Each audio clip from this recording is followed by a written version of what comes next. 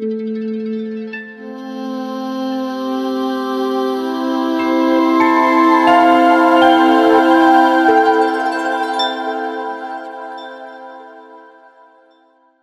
today, church, we will have a very, very good subject. So my preaching for today is entitled, "Do Not Put God's Grace in Vain." Amen? So is there anyone who's having a name of Grace in this place right now? Grace. Or yung mga, some families, some of your family members named Grace. This is a very beautiful name. Or maybe one of your daughters or your sister, is named Grace. So, or for those who are going to have a child soon or getting married, now you're thinking to, if it's a daughter, then you will name Grace. It is a beautiful word, beautiful name. But grace is a very, very beautiful gift, wonderful gift from God. So do not put God's grace in vain. So as we read earlier, in 2 Corinthians chapter 6, verse 1 to 11, the first verse is saying, can you please put it in the screen? So the first verse is saying, as God's co-workers, we urge you not to receive God's grace in vain. For he says, in the time of my favor, I heard you, and in the day of salvation, I help you. I tell you, now is the time of God's favor. Now is the day of salvation. Not tomorrow, not later. Now. Amen? So Paul is trying to teach us here the idea of being Christians.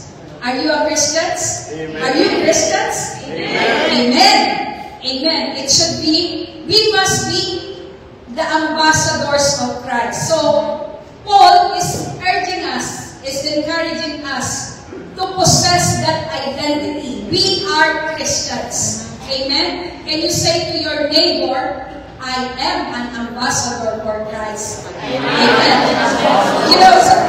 Amen. Some people, some of our kids, I want to be an ambassador.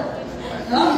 You know the meaning of an ambassador? That's why I dress nicely, because I'm right now I'm serving the King of all kings and the Lord of all lords. So every time we are approaching the throne of God, of course, we must look good. When we are going to the party, we are dressing nice. We are dressing perfectly.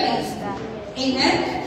Because we are going to meet our God, our Creator. Just imagine Paul is here right now. Just imagine. He is encouraging us to work with Him. Are you willing to work with Him? Amen. Amen. We are His co-workers in the vineyard of God. This is the vineyard. As the Word of God is saying, the vineyard of God. Amen? This is the vineyard of God. That's the way Paul started this chapter. We are to be the hands, feet, and heart of Jesus in this world today. Representing Him and advancing the kingdom of God and accomplishing His great purpose. Earlier, Jack led us in the vision, the fulfillment of the great commandment by loving God and others, and the fulfillment of the Great Commission through the multiplication of disciples. And there are strategies to win, connect, train, and send. So thank you po. Thank you for the life of our brethren who are continuously inviting people, because it means we are accomplishing His great purpose, God's great purpose. Amen? So we will fill this place with a lot of souls. At the same time, when we are doing that, we are filling the heavens with a lot of souls. Amen? And God is pleased for that kind of action. Paul was saying that it's great responsibilities and privilege. Of course, it's not easy. Right? Sometimes it's not easy to invite. Maybe many times or long time you're inviting this friend, but as Paul encouraging us, do not give up. Amen?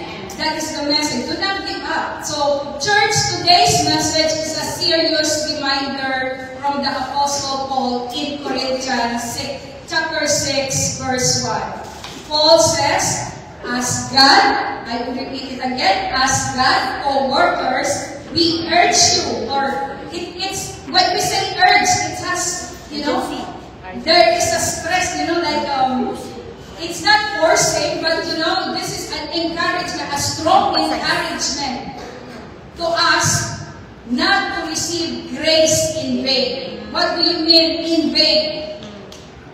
Later on, we will emphasize that the meaning of that. Why we should not receive God's grace in vain. Or that's why the title of our message today is "Do not put God's grace in vain." Amen. So in other version, New Living Translation, it says, "As God's partners, we beg you not to accept this marvelous gift." Ano yung gift na yun? It's a gift. Grace is a gift. God's kindness. Sometimes we say that it's God's kindness and then ignore it. Marvelous gift of God's kindness and then ignore it. Nonchalant. Ignore. God's grace, ignore. No. Paul is encouraging us to accept this marvelous gift of God's kindness and then don't ignore it. Working together with Him when we appeal. English Standard Version saying here, working together with Him, then we appeal to you not to receive the grace of God in vain. Do not waste it. Do not receive it in vain. Again, in Tagalog, Filipino language, yaman kami magkakasama sa gawain ng Diyos, nakikiusap kami. There is a plea, like nakikiusap kami sa inyo na huwag ninyong sayangin ang kagandahan loob na ibinibigay sa inyo ng Diyos. Huwag natin sayangin. Amen? There is a tendency for churches to miss the proper balance of sin and grace. Amen? Sometimes, too much sin. They focus in some churches, they focus on conviction for sin without explaining how to break free from sin. Here in True Gospel Fellowship, to our disciples, they know that we are emphasizing what is the true meaning of grace and what is the conviction for sin. So we have to explain, especially Pastor Steve. He will make it like in details how to break free from sin. And sometimes too much grace. What we understood is too much grace. No, it's okay. They focus on God's love. God loves us. God is forgiven. God is without any accountability for sin. That's why many of the believers fall into sin, fall back into sin. Right? Because they thought there is a grace of God, so I will just live however I want. Amen? But in Genesis to Revelation, this is modeling the studying of the Bible. That's why we are studying the Bible from Genesis to Revelation. Because we have to model it. It helps to maintain the right balance. That both sin and grace are covered. Yes, God is loving. supernatural love, but we cannot waste the grace. Yung biyaya na pinagkaloob sa atin, yung kabutihan loob, the kindness that He is giving to us. We have to fully understand that, church. When we say graceful, sometimes like some of the ladies is very graceful. I'm not graceful because I'm like the way I move, I'm not graceful. But graceful and gracious is totally different. Like Sister Jen, very graceful. She's very graceful. So meaning, smooth, elegant, poised in physical movement, it describes actions, movement, and physical force. While gracious, which I believe only God has that character, that attributes. Yes, we can be gracious, but the grace of God, God being gracious is unlimited. Amen? For me, I am gracious. But if my glass is full already, then I have the tendency to ignore it. I mean, So, God has unlimited grace for us. God is kind. He is warm. He is loving. He is considerate.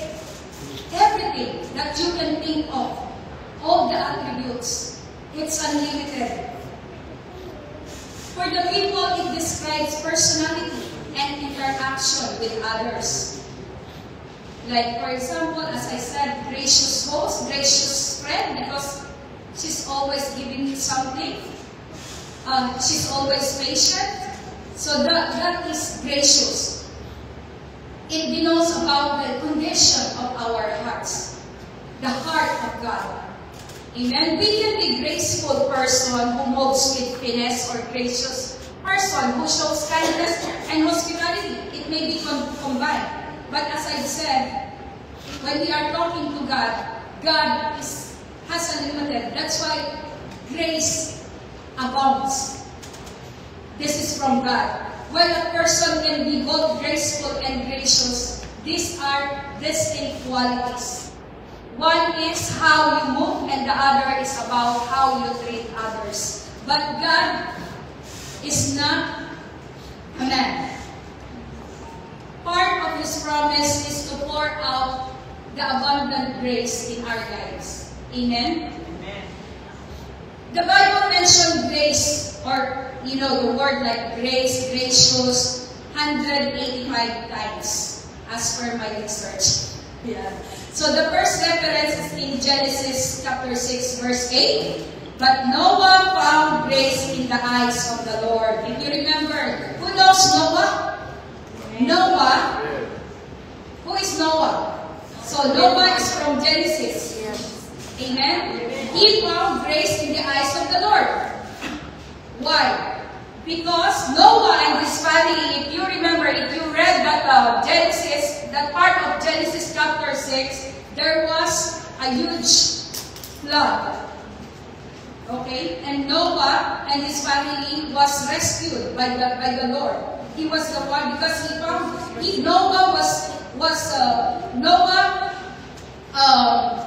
was a good man, and he's always faithful to the Lord. So he and his family was rescued from the big flood, the huge flood during that night. So if we will go back to Genesis, then we will see the story of Noah.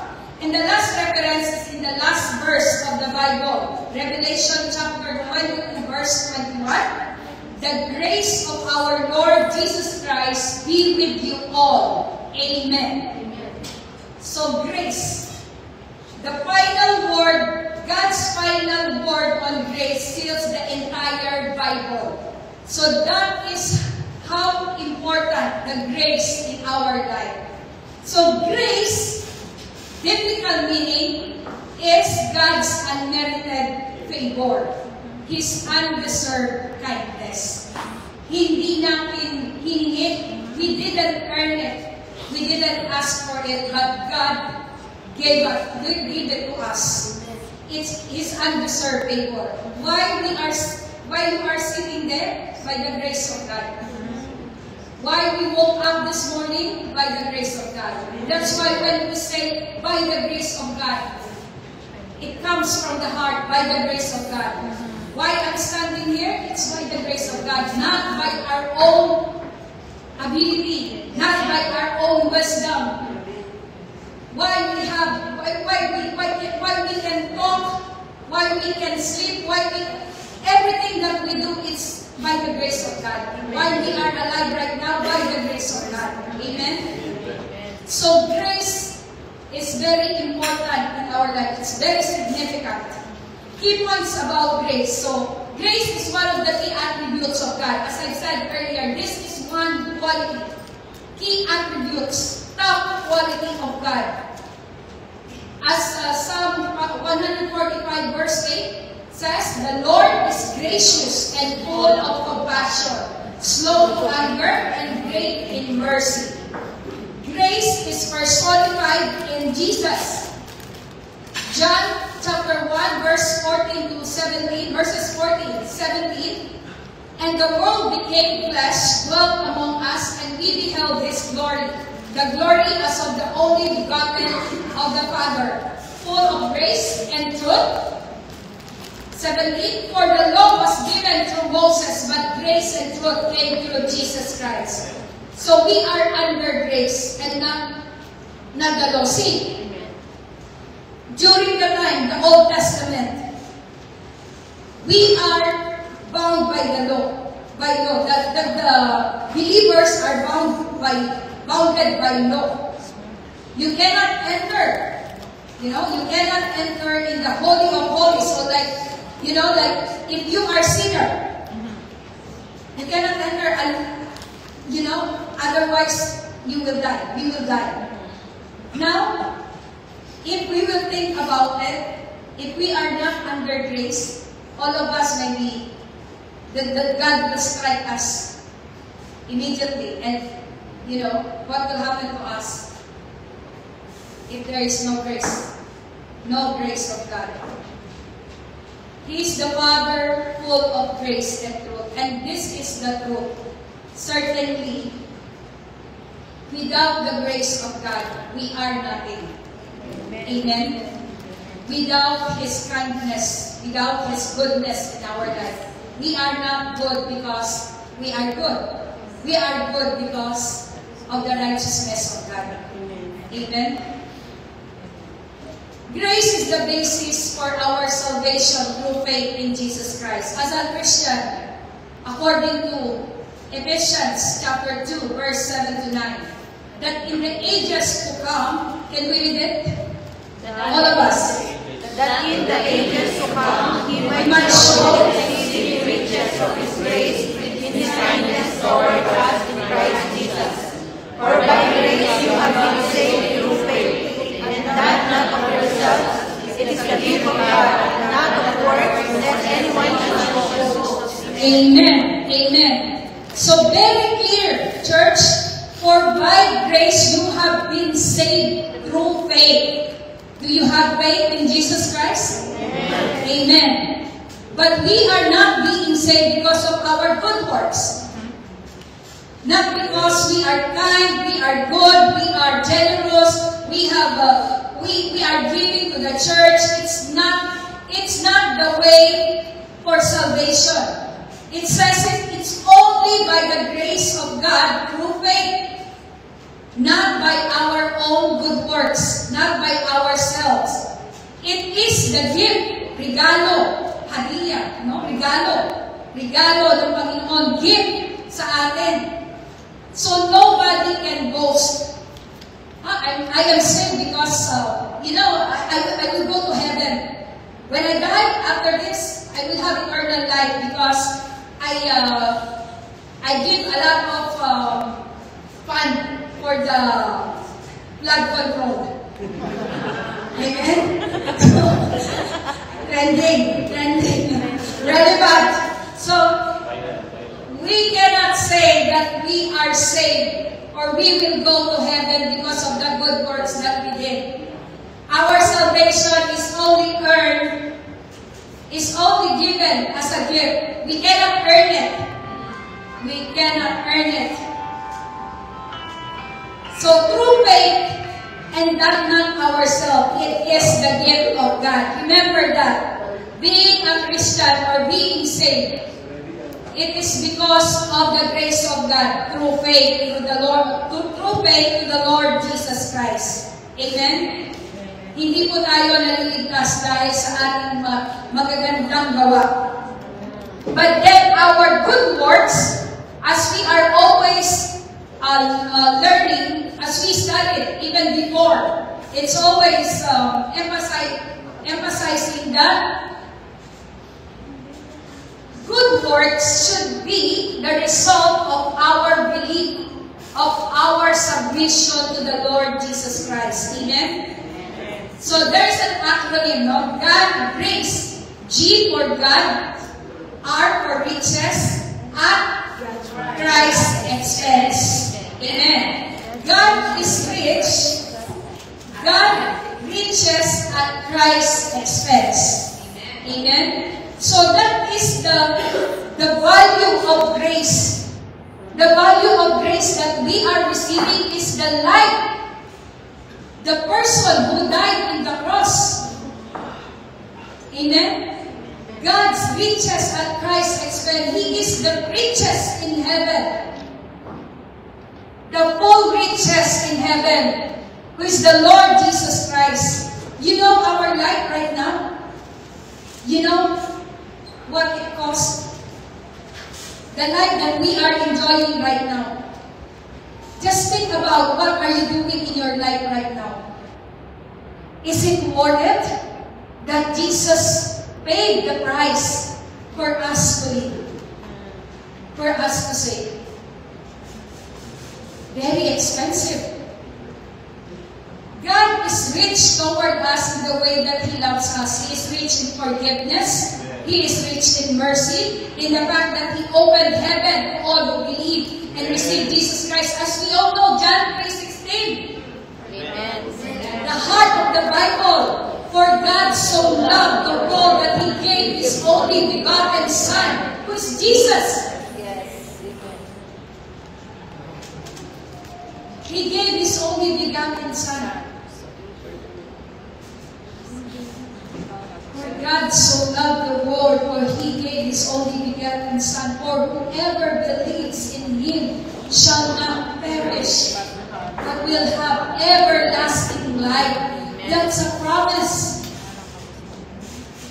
Sometimes I'm really scared. I have this fear, and I think this is being experienced as well by other people, especially when we are sick. Because I'm always testifying this. I experienced to die for a few minutes. But then how wonderful God is because He allowed me to live again. Some of you, I told to some of you that if I died during that time, I would never meet you. Maybe I didn't meet Sister Jen, Sister Dina, or all the new disciples that I met. But then how wonderful it is when you think that after this life there is heaven. Amen? Of course, every one of us, we want to go to heaven. Amen. That's why we are always telling to people when we are evangelizing, when we are sharing the goodness of God.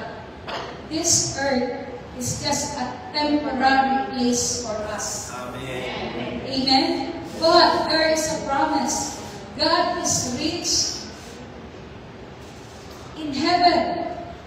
He is rich in forgiveness. And it is not too late. While we are still sitting in that chair, this is not too late. It is the best time. It is now that we receive salvation. Grace is defining as God's unmerited favor and gift of salvation. It's given freely to humanity. It's given freely. That's why if there are people like, for us who are inviting people, we should not get tired. As Paul was encouraging us, do not be weary, do not get tired of inviting people. We have to present Jesus Christ, who paid the ultimate price through His sacrifice on the cross. That we will enjoy the grace that He has given to us, not wasting it. Amen?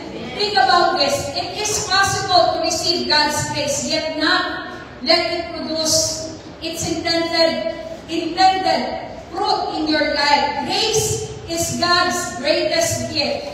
But Paul warns us, don't waste it, don't take it for granted, don't receive it in vain, or don't put it in vain. Huwag nating sayangin, huwag nating ipagwalang bahala, parang maukaydang wala. Diba? Don't take it for granted. It's okay. I'll just keep on sinning, or I'll just stay in this situation because it's okay. God is so gracious. He will forgive me anyhow. That's right. Don't put it in vain. Don't receive it in vain.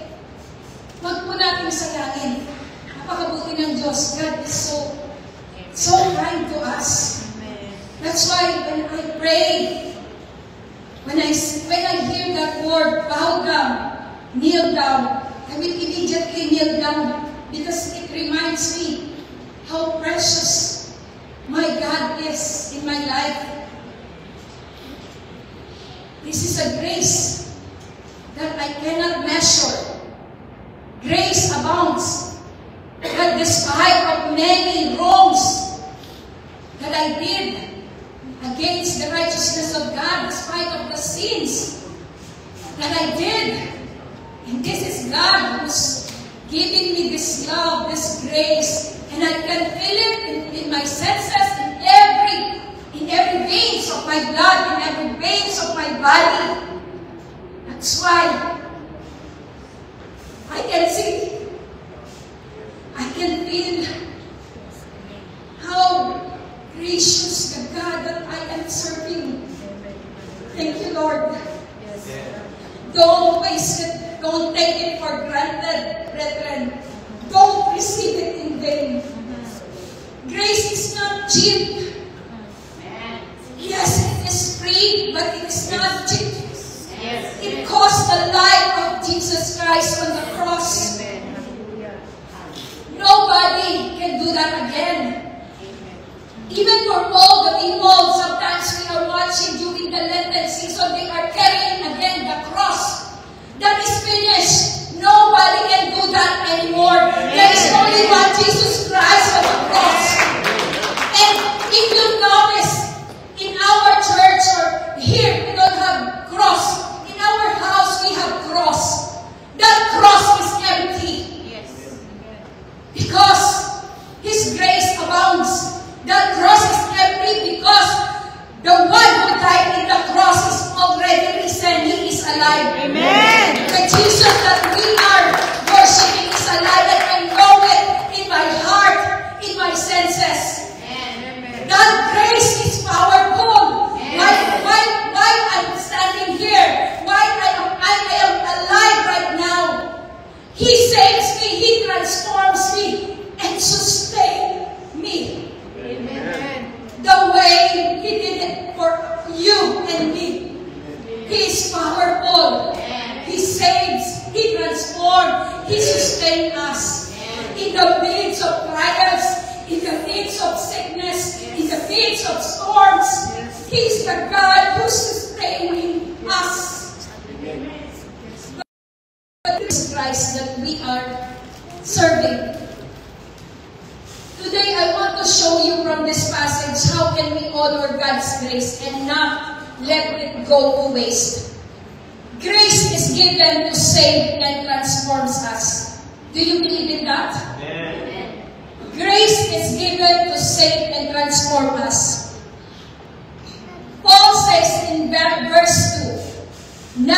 is the time of God's favor. Now, there is an urgency when we say, when we read it now, it means there is an urgency.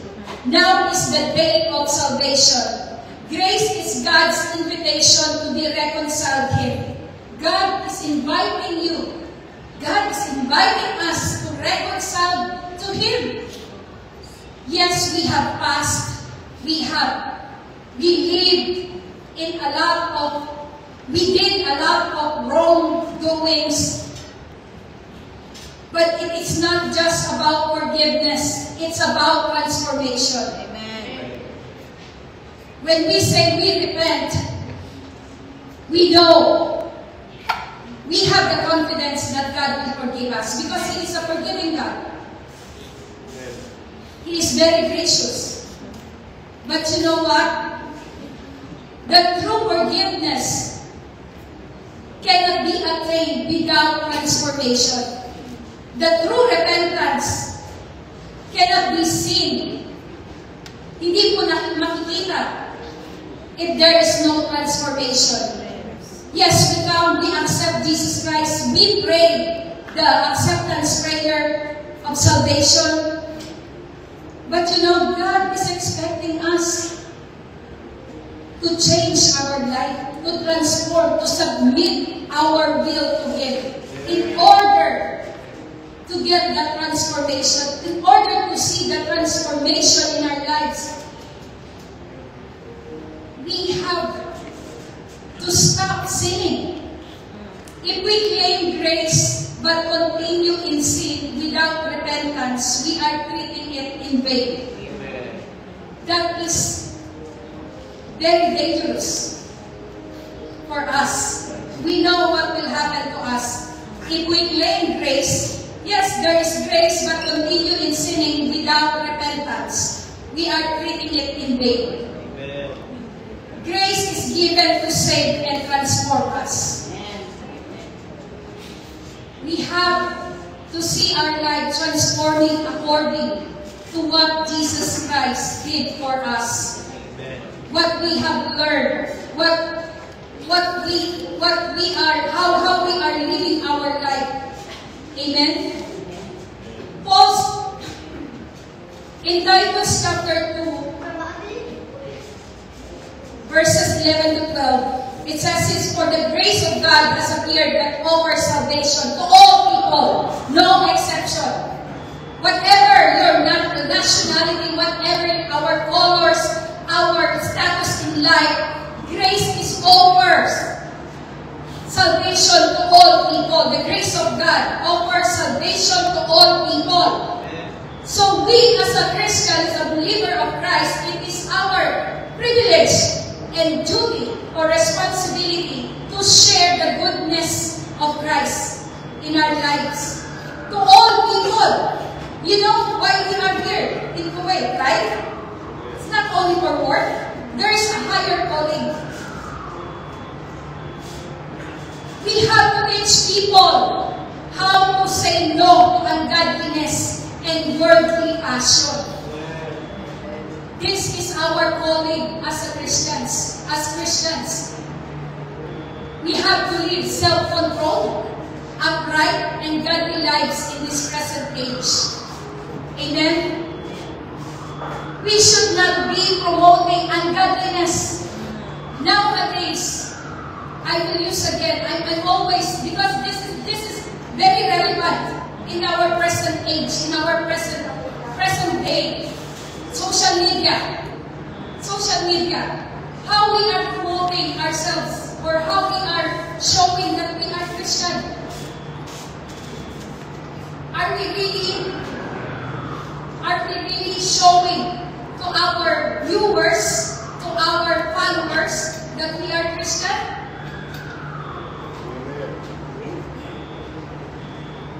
Amen. Amen. It's not only posting the verses. It's not only posting good words. But you know, I'm allowing the Holy Spirit to minister to us right now. have to teach the people around us to say no to ungodliness and worldly passions, especially nowadays, to live self-control. Hindi natin mapigilan yung ating mga sarili. And I am also like that. There are moments that I cannot control myself. Most of the time, I cannot control my anger. You know, like sometimes I'm angry with. Most of the time, Pastor Steve is experiencing that to me, and then he will say, I praise God because I have a husband who matured, you know, who is very mature spiritually and as a man, you know, as a husband. Okay? So he understood, it's okay, Habibi. That is hormones, hormones attack, you know. Sometimes I'm very nice to him, but you know, I'm really, you know, I'm always praying, I'm always asking, Lord, please forgive me for treating my husband like this. You know, because he's the only, sometimes most of the time he's my shock absorber. You know, everything that I have, because apart from the Lord, He knows me. He knows me. Apart from the Lord, my husband knows me.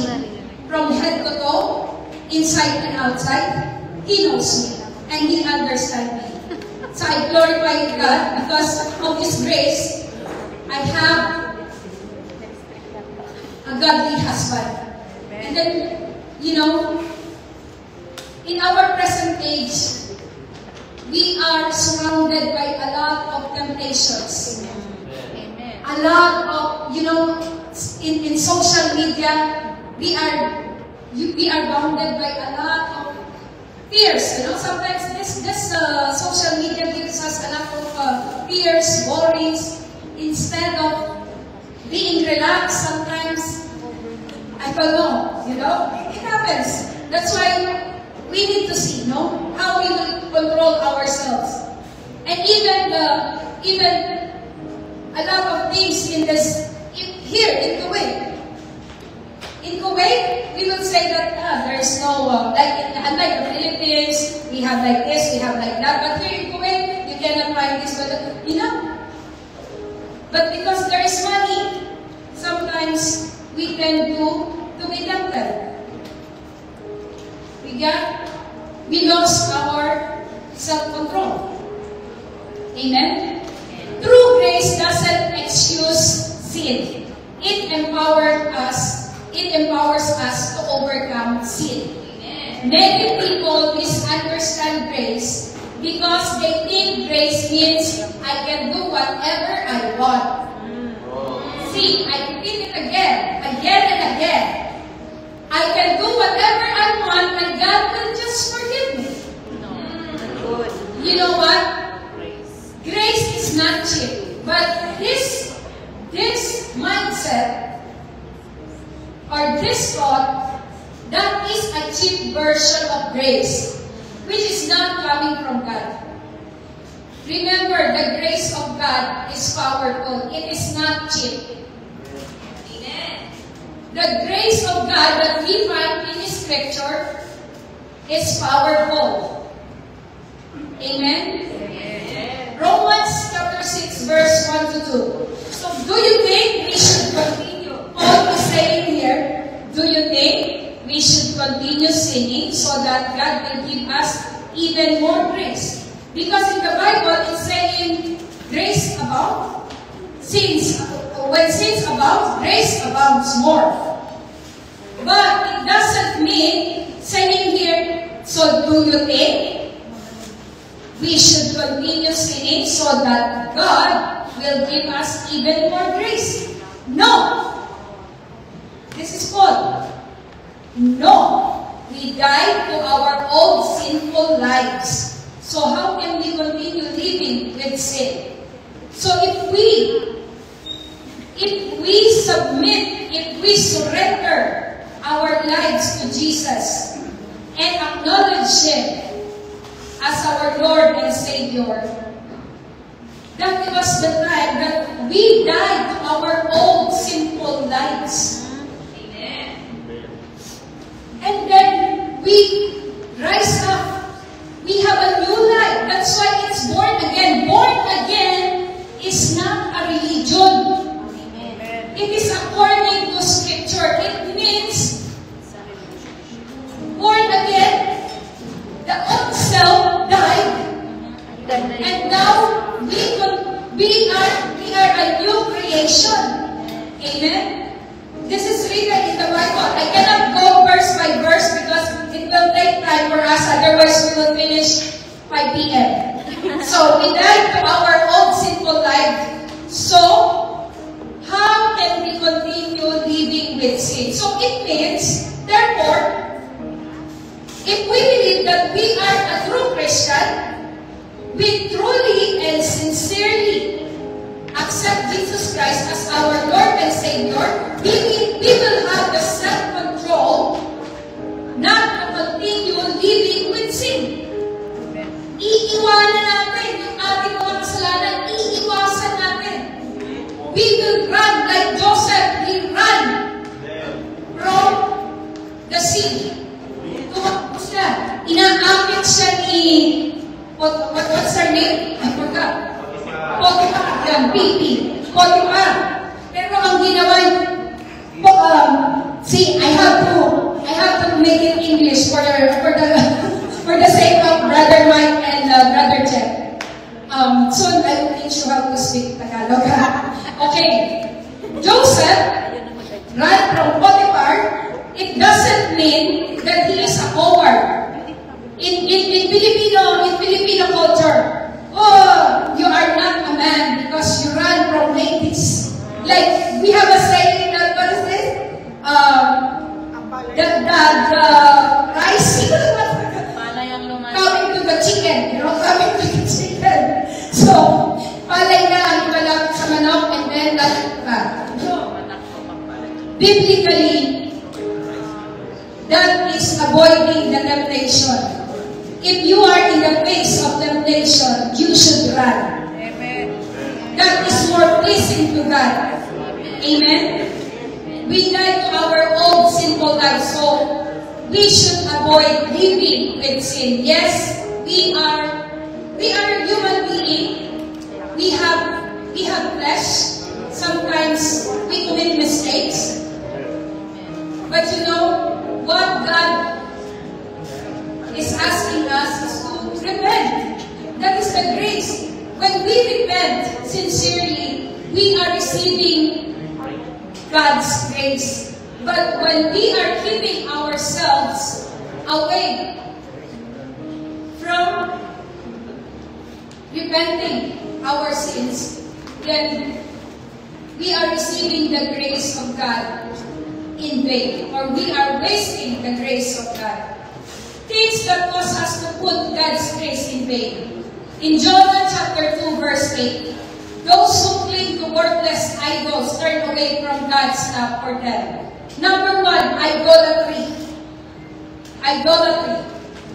This is the first one that causes us to put God's grace in vain. Idolatry. Maybe most of us will think of idolatry, worshiping idols. But you know, our heart is a house of idols. American Idol. You know, sometimes we are more interested in basketball superstar. You know, when I was younger, I have idols. But we thought that the idols are only those made by hand. You know, those idols that we are worshiping, where we are coming to pray. That is a very tangible example. But you know what? Just search our hearts. Maybe we are idolizing a lot of things, and that prevent us to receive God's grace properly. To put God's grace in vain. Sometimes our heart is more interested in the things of this world. That's why in Jonah 2:8, those who cling to worthless idols turn away from God's love for them. Why? Because if you remember the story of Jonah, this is not a myth. When I was a child, I thought Jonah is just a fable. Because there is a fable, there is a big whale, blah, blah, blah, you know. But I didn't know until I became Christian. You know, I read the Bible, and then I realized, wow, Jonah is real. Jonah, the story of Jonah, who was eaten by the big whale, is real. You know, but what happened to Jonah? Because of his heart, disobedient heart. He's idling himself, you know. God is telling him to go to Nineveh, but instead of obeying God, he went to another place. So what happened to him? Consequences. What happened to him? He was eaten by the big whale, but thanks God for God's grace, he didn't die. But I'm sure Jonah learned a big lesson. So don't wait for that time. That maybe, just search our hearts. Maybe you are idolizing things in your room. Check our room. Check our heart. Check our bags. You know? Check our shoes. Maybe your room is full of idols. We don't know. You put God's less from these things. That is idolatry. You prioritize the things of this world. You prioritize your boyfriend, your girlfriend. I cannot worship the Lord today because I have a Zoom call with my boyfriend at the same time. So that's idolatry. I'm always thinking, I'm in the church, listening, like here in the church, but my mind is flying away. I'm thinking of the new model of Jordan to display in my room, to buy. Am I speaking the truth here? Amen. Amen. I was like that before. I love to collect keychains. I love to collect sombrero, hats. But you know, God taught me that idolatry is not pleasing to Him. Amen? I need to obey what God told me, that I have to obey His will. What is His perfect will in our lives? Things that cause us to put God's grace in vain. James chapter 4 verse 6. And He gives grace generously, as the scriptures say. God opposes the proud, but gives grace to the humble. Fried chicken. Sarap yan. Pride. Yeah. So why? If we are prideful, what happened? Actually, the story, the first sin, the top sin, or the first sin, unang kasalanan po, written in the Bible, is pride. Amen? Not the disobedience of Adam and Eve, but it's the pride that took Lucifer in hell, because he thought that he can be a God. He can be like God. So bakit po? Pride. Pero sabi ng Panginoon, as James chapter 4:6 says, and He gives grace generously. Humility is the opposite of pride. And Satan operates in pride. Remember that. When we have pride in our hearts, it means it's not Jesus who operates in our life. It's Satan, the spirit of pride. That's why we have to rebuke it, to refuse it, and not to believe it. Because our Savior, the Lord Jesus Christ operates in humility. Amen. Amen? Amen. In humility. Sometimes it's very difficult, especially when it comes to saying, forgive me. But you know, as I'm learning, as I'm growing as a servant of the Lord, I learned to be humble. To be humble enough. Yes, maybe being humble, it doesn't mean that, like, you are trying to just low-key lang ako. Yeah, low-key. But what we are talking about here is the humility presented to us by the Lord Jesus Christ, modeling by the Lord Jesus Christ. That we have to be humble. We need to have that character of humility. Sometimes I was hurt. Most of the time I was hurt. But the Holy Spirit will tell me, go to that person and apologize and ask forgiveness. Even this person get into my nerve, I will still come to her or to him to say, God loves you, Jesus loves you. This is humility. We cannot do it. I cannot do it, especially me. I cannot do it for my husband. I will tell him, for my husband, I will tell him, you're always asking me to do that, to do this, to do that. And then I will realize humility. I need to obey my husband because he is my husband. I need to submit. Sometimes it's really hard to do. Actually, not sometimes. Right, Jeff? When someone is, you think you are better than him, I know this job, but this co-worker is telling me he's better than me, then humility comes. If we have that Spirit of God, the Holy Spirit is in us, the grace of God, humility comes. Okay, then let him be the star, not me. Because I'm a star in the eyes of the Lord. Amen? Whatever we do it all for the glory of God. Colossians 3:23. Amen? Since power is broken, as I mentioned this earlier, Romans chapter 6, 1-2. Well then, should we keep on sinning so that God can show us more and more of His wonderful grace? Of course not.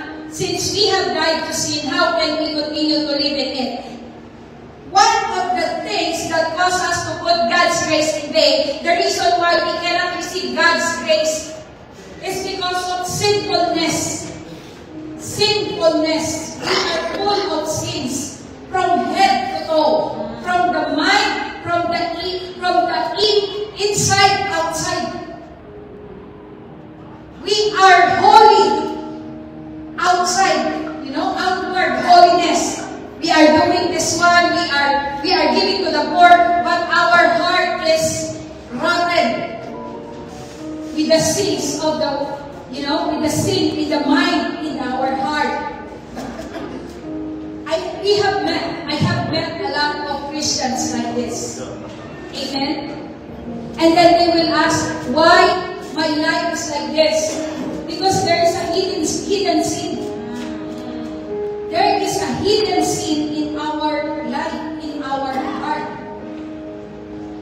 So it prevents us to receive God's grace.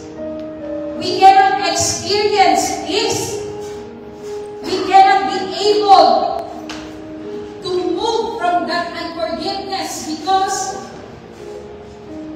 of sin, because of sinfulness. Amen? We cannot have that joy. Hindi tayo makangiti.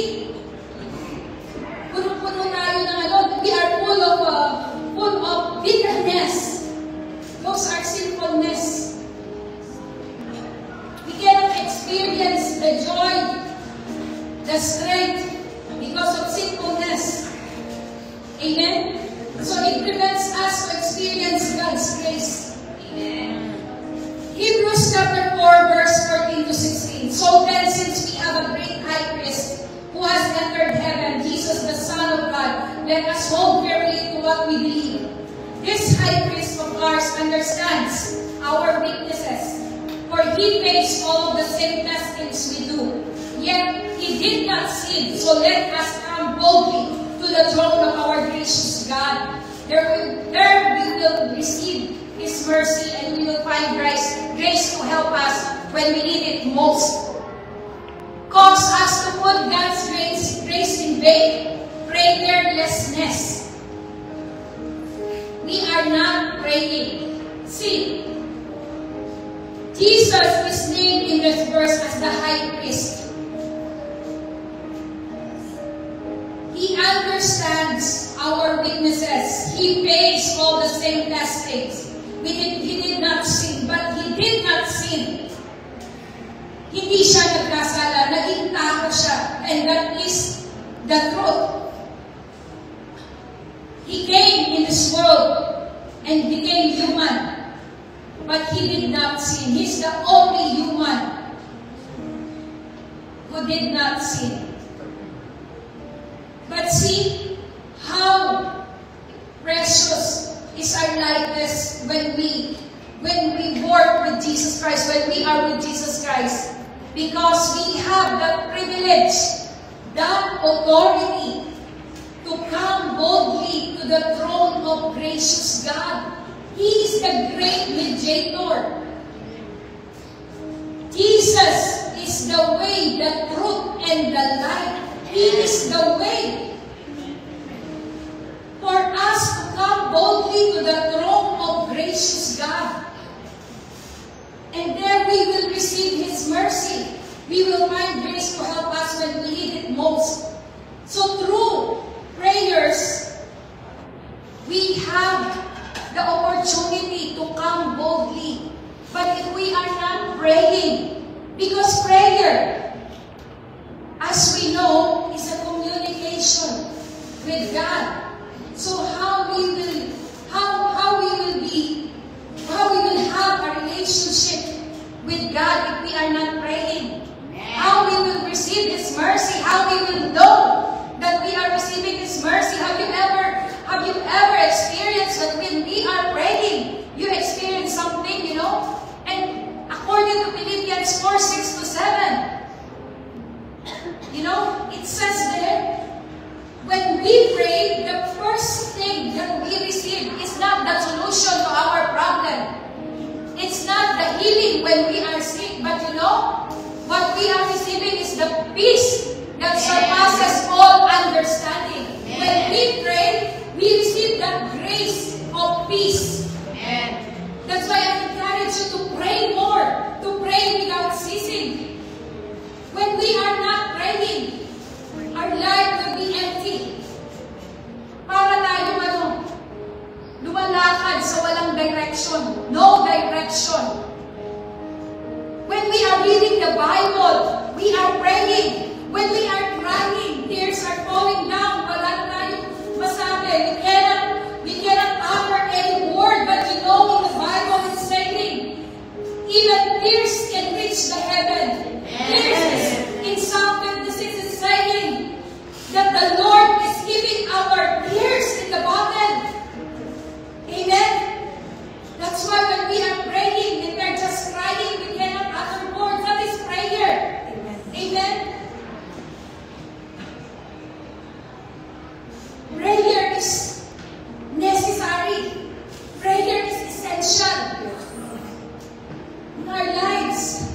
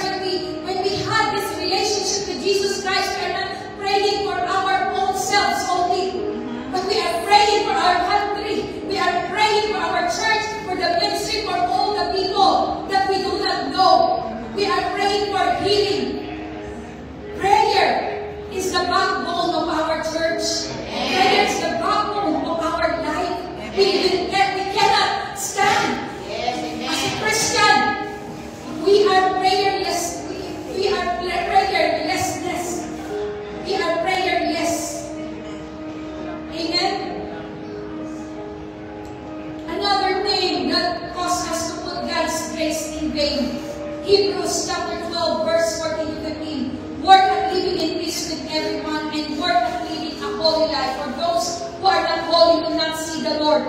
Look after each other so that none of you fails to receive the grace of God.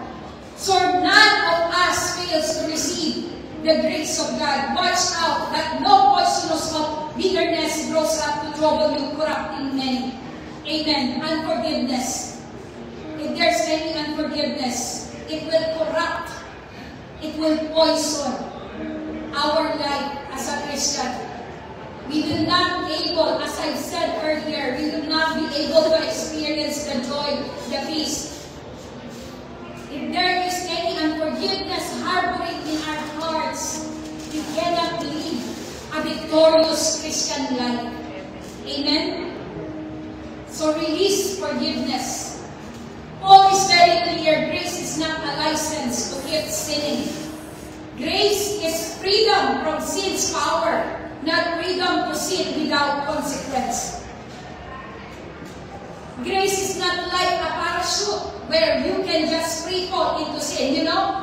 Who experienced, Mike? Have you experienced parachute? No. So, me too. But you know, this is the idea. You know, when you have a parachute, you just click and then free fall. Babagsak ka. You will have a free fall. Grace is not a parachute. Grace is like a life jacket. A life jacket to save us when we were drowning in sin. Amen. When we are drowning in sin, there is grace of God who will rescue us, to save us, to remove us, to rescue us from that multitudes of sins. Amen? It doesn't mean that when there is grace, you will jump into sin. Amen? So that is a very clear message from Paul. Notice grace is a teacher. Grace doesn't whisper. It's okay, go ahead, go ahead. It's not grace, it's Satan. Amen? When you are deciding something, it's okay, God will cover it. No, grace teaches us, say no to sin and yes to godly living. Amen. It's okay, don't go to church. That one is more important. You will earn money from that event. So go there. That's not grace. You will not experience grace. And then the money that you are earning, just fly away. Fly away. Because there is no grace of God. Amen? Think about power bank. Okay, I have a power bank, but you know, it's in my bag. Power bank, when you plug it into self, it will die. A power bank, you cannot get a power from itself, right? Yes. Otherwise, it will die. So grace is like power from God, power from heaven. When we use it rightly, it empowers us to live holy and strong. But when we misunderstood, it can lead to destruction. That's why I said, okay, keep on sinning, you will be led to destruction. Your life will be distracted. It will destroy your life. When we misunderstood the real meaning of grace. But if grace, when we receive it from heaven, when we receive it rightfully, righteously, it empowers us to live holy and strong. Why we are strong right now? It is because of the grace of God. Amen? So church, don't cheapen grace by using it as an excuse to sin. Amen? Do not use grace as a license to excuse to sin. It's okay, I already forgive that person so I can have, even he did something wrong to me, something wrong to my family, I will forgive them. And the grace of God is abundant. It's not an excuse to sin. That person who did a righteous thing, we forgive. We forgive. I forgive the murderer of my father. But that murderer, he deserved punishment. Yes. According to the law. Yes. Right? But if this murderer, I befriended him, I gave him honor, then that is not excuse. That is a sin. Don't cheapen grace by using it as an excuse to sin. Honor grace by letting it transform you. Because true grace doesn't just cover sin. It doesn't cover sin. We must understand clearly that true grace doesn't just cover sin. As I've said, we cannot hide it. If we are using grace to cover our sin, that is in vain. It will distract our life. The true grace gives us the power to conquer sin through the Holy Spirit. The true grace that we have is a power from the Holy Spirit. In Romans chapter 6 verse 14, for sin shall no longer be your master because you are not under the law but under grace. Amen. Grace calls us to have endurance in trials. In chapter 3 verse 10, chapter 6, 2 Corinthians chapter 6 verses 3 to 10, Paul describes how he and his fellow workers endured hardship for the sake of the gospel. Troubles, beating, imprisonment, sleepless nights, hunger, and yet they continued with purity, patience, kindness, the Holy Spirit, and sincere love. Grace was not wasted in Paul's life. Let us be like Paul. Let us live like Paul. Grace was not wasted in Paul's life. It produced endurance and faithfulness. That we know that Paul encountered a lot of problems. Some of us, you and I, you and me, you and I, all of us here, we are encountering a lot of problems. And I'm always calling it pruning season. Sometimes God needs to prune us, to exercise our faith, to level up our faith. And grace, the grace of God, why we are still here, why we are still worshiping despite of our problems, despite of our worries, despite of bad things happening around us. See, by the grace of God, this is what Paul said. By the grace of God, I am what I am, and His grace toward me was not in vain. Because this is the grace that is being poured out to us. It is not in vain. We are here because we are not wasting the grace of God that He has given us. On the contrary, I work harder than any of them. Though it was not but the grace of God that is with me. We cannot boast. We work harder. Sometimes we think that I'm doing everything to please God. But church, brothers and sisters, remember, it is not by our power. This is not us. This is the grace of God who lives in us. Amen. Grace is not a license to quit. Amen? Because there is grace of God, we will quit. I will stop. I just let the grace of God to flow. No. Grace is the strength to keep going when you feel like giving up. That's why we are keep going. Because this is the grace of God that pouring out. Number 3, grace produces fruits of righteousness. In verses 6 to 7, Paul speaks of the fruits of grace: purity, understanding, patience, kindness in the Holy Spirit, and in sincere love, in joyful speech, and in the power of God. Grace should be visible in how we live. Is it visible right now? sometimes, maybe half-half, you know? Is it visible? Is the grace of God visible in our lives? Amen. If there is no change, if there is no fruit, then grace has been received in vain. Yes. So, ask ourselves, do I have fruit? Yes. The fruit of the Holy Spirit? Sister Lisa was very, what do you call this? I have a lot of things also that, you know, I did.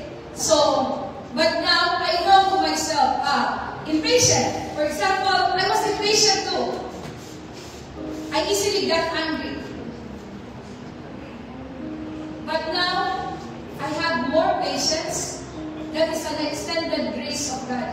Actually, sabi niya ni Pastor Steve told me this morning, this is not extended. If it's the grace of God, it's not extended. It's abundant. It's already there. It's not being extended. But we have this extended, like idiomatic expression that EGR, no extended grace required. For us people, we need that. You know?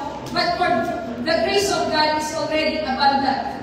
If there's no change, if there's no fruit, then grace has been received in vain. So it should reflect in our daily living. So kaya nga sabi ko, from grace to grace.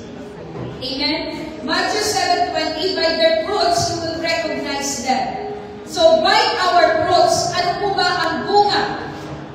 Bunga ng Diyos sa atin, ng ating pagsampalataya. What is the fruits that is being shown? That we are showing.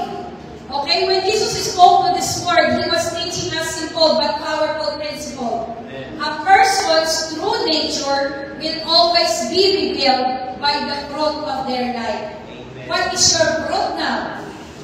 You are a mango and you're bearing coconut? Amen.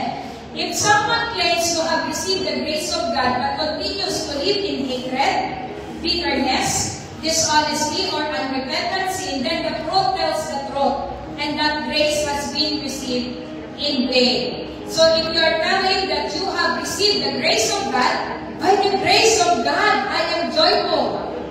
Joyful. And then when you go out, nakasimangot ka. May nakasalubong ka lang. Your face is grumpy. Amen? So, those are the simple reflection. And hatred, bitterness, you are harboring bitterness, hatred to your co-workers, to your friends, to your family. So, that fruit tells the truth. Amen? So, whatever is our fruit is, we can say that we are not receiving God's grace in vain. But if grace is active in believers' life, the evidence will be seen. It will be tangible. Tangible evidence. Transformed character, Christ-like attitudes despite of many problems. You know, we will see that this person is Christ-like, with Christ-like attitudes. That's why sometimes some people will ask you, what do you have? Even you have a lot of problems, you're always smiling. You're still kind, you're still like this, like that. Glory to God. That is by the grace of God. People will taste the fruit of your life. So, people around us will experience Jesus through us. Amen? Because we are the ambassadors of Christ. Amen? And know that Jesus lives in us.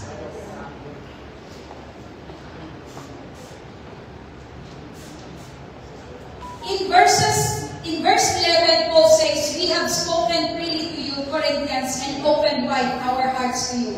I know you are hungry, but see, grace is not just a prayer in the dining table. Remember that. Grace is more powerful and more significant than that. Because, especially most of us, when we were not yet born again, when we say grace, we only think the grace, pray in the dining table or dinner time, or before we eat. Say grace. Amen? But grace is not meant only for that.